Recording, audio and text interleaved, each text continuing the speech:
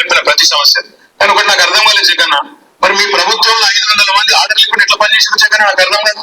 Order లేకుండా home guard పనిచేసారని చెప్తున్నావు నువ్వే. అది ఏం ప్రభుత్వమో ఎట్లా నడిపిండ్రు చూస్తాం అధ్యక్ష. మరి వివరాలు ఇవ్వమంటే తప్పకుండా పరిశీలిస్తాం అధ్యక్ష. అంటే మళ్ళీ ఫీల్ అవుతారు కానివ్వండి, ఆర్డర్ లేకుండా ఎట్లా పనిచేసినని కేటీఆర్ గారు అన్నారు. మరి ఏమైంది? మీరు 10 సంవత్సరాలుగా మీరు అధికారంలో ఉన్నారు.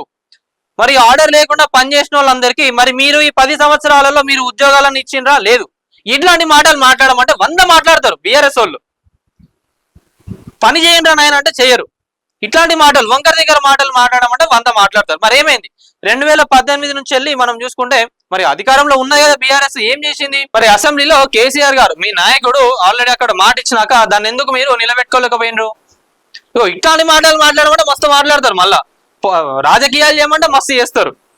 కానీ ఆర్డర్ పాస్ చేసుడు, ఒక జీవితాలను మంచిగా బాగు చేసుడు, హోంగార్డులకు ఉద్యోగాలు ఇచ్చడం మాత్రం ఇలా శాత కాదు. అసలు ఒళ్ళు చిర్రమంటున్నది ఈ వీడియో చూస్తానే నా కేటీఆర్ గారు. మీకైనా బాధ అనిపిస్తే అడే 250 మంది కుటుంబాలు కూడా బాధపడుతున్నాయి. మరి మీ ప్రభుత్వంలో 500 మంది ఆర్డర్ లేకుండా ఎట్లా పనిచేసారు జగన్? నాకు అర్థం కాదు. ఆర్డర్ లేకుండా హోంగార్డ్ పనిచేసారని చెప్తున్నావు నువ్వే. అది ఏం ప్రభుత్వమో? అవునబ్బా, చేసిండ్రు, అయిపోయింది. మరి ఇప్పుడు ఏం చేయాలి? దానికి మిమ్మల్ని అడుగుతున్నారు కదా, ఆర్డర్ లేకుండానే పని చేసిండ్రు, మరి మీరు ఇస్తా అన్నారు, ఏమైంది? మీరు కూడా ఇవ్వలే. మరి ఇప్పుడు మిమ్మల్ని ఏమనాలి?